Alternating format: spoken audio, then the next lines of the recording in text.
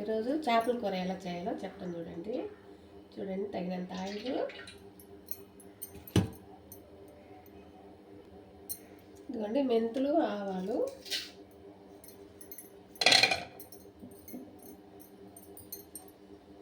ఇదిగోండి ఆవాలు చుట్టిపోయింది. కరివేపాకు వేసుకుందాం, ఇంకా వేసుకుందాం, కొద్దిగా సాల్ట్ వేసుకుందాం. ఇదిగోండి ఉల్లిపాయలు వేసుకున్నాయి, టమాటాలు వేసుకున్నాం. ఇప్పుడు ఇదిగోండి తెల్లపాయలు వేసుకున్నాం. ఇదిగోండి టమాటాలు వాడాయి. ఇదిగోండి కారం, ఉప్పు, పసుపు ఇందులో వేసేసుకుందాం. ఇదిగోండి చేపలు కూడా ఇందులో వేసేసుకుంటాం.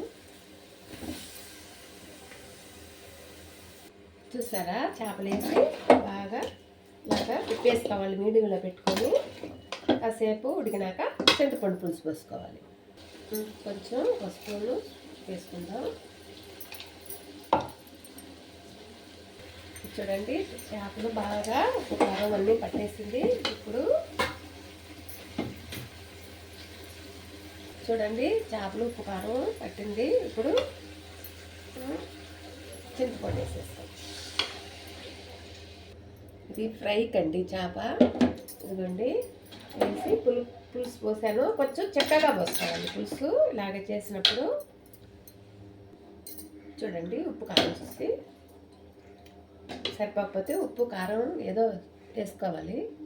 ఇదిగోండి ఉప్పు కారం అన్నీ చూస్తాను కరెక్ట్గా ఉంది. మూత పెట్టేసుకుందాం. మూత పెట్టి 20 నిమిషాలు ఉడికిస్తాం. ఇది చూడండి ఉడుకుతా ఉంది. ఇప్పుడు మీడియంలో పెట్టేసుకుందాము. మీడియంలో పెట్టినాక 10 నిమిషాలు ఉడకాల. ఇదిగోండి ఉడుకుతా ఉంది చేపల కూర. తిప్పుకుందాం, అట్లా తిప్పుకోవాలి, అడుగు పట్టేస్తుంది లేకపోతే. మూత పెట్టి ఉడికించుకుందాం. కాసేపు ఉడకాలి.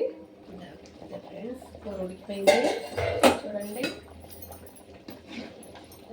చూడండి నేను చేసిన చేపల కూర నచ్చితే లైక్ చేయండి, సబ్స్క్రైబ్ చేయండి, షేర్ చేయండి. నమస్తే అండి. కొత్తిమీర కరివేపాకు వేసి దింపేసుకుంటాము. నా వీడియో నచ్చితే లైక్ చేయండి ఫ్రెండ్స్. నమస్తే.